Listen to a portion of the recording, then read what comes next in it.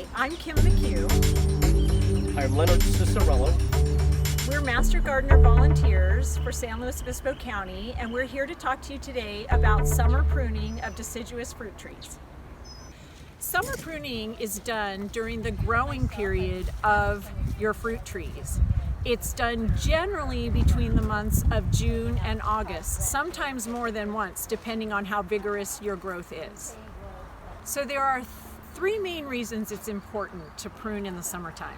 One is to keep the size of your tree manageable for you when you want to harvest fruit, and also to keep your distance between trees in such a way that you can walk between them. Two, you are wanting to open up the inside of the tree to light and air, which helps with disease control and fruit ripening.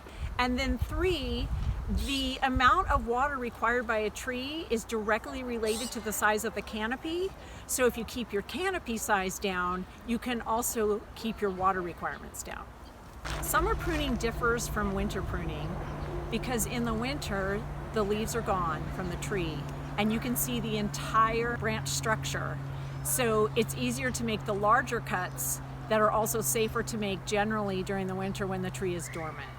In the summer, you'll be making more what we call heading cuts and less of the larger cuts because the tree is not dormant and we don't want to be making large cuts when the tree is in its growing cycle. The exception to that would be if you have a large broken branch, then you definitely want to remove that branch, even if it's summertime. Before we get started, it's important to make sure you have sharp, clean, and even sanitized tools. You will probably need to use a lopper, hand pruners, possibly even a pruning saw. We want to sanitize with a 10% bleach solution, 10% bleach to water. The reason we do this is because our tools can be vectors for bacteria and fungus when moving from one tree or one orchard to the next. What we do generally is you have a bucket of bleach solution, you simply dip your tools in and you get started.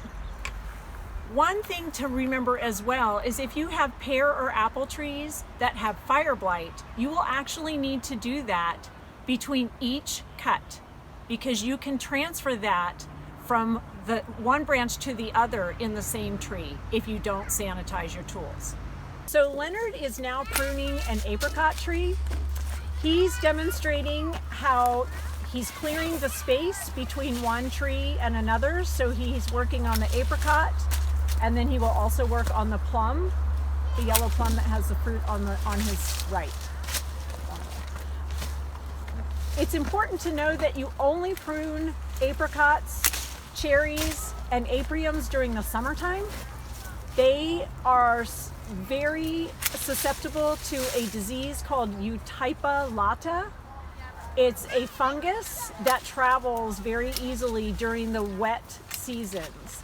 So you're only going to prune those trees when you know there is no rain or heavy fog in the forecast for at least 4 weeks.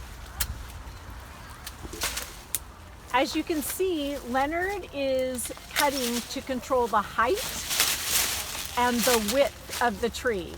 He's removing branches that are crossing into the neighboring tree, and he's removing the taller branches from which he would never be able to harvest fruit. Leonard is now showing you how to remove some of the interior branches in order to increase the light and the airflow in the tree. Don't be alarmed if you have to remove some fruit during this process because it's important to get the fruit to a manageable height so it's safe to prune. One of the interesting things about summer pruning as opposed to winter pruning is that you're less concerned during the summer with removing particular branches and more concerned with just controlling the shape and size of the tree. Of course, if you come across dead wood or broken wood, you're going to remove that summer or winter. Leonard is removing branches that cross each other. and thinning out the tree so that the existing fruit gets enough sun and air. What Leonard is doing now is removing what we call a stub. It's where a very short piece of branch has been left after pruning.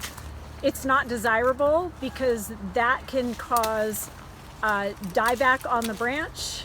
It also creates a place where disease and insects can harbor. Another thing to keep in mind when you're pruning during the summertime is that while you want to open the tree to sunlight and air, you do want to avoid exposing tender branches to sun. If that happens, and it does, and you can see here that we have white branches on this tree, you can paint those branches with a 50% water to latex paint, some sort of light color, white is usually used, and paint the entire exposed branch to protect it from sun scald.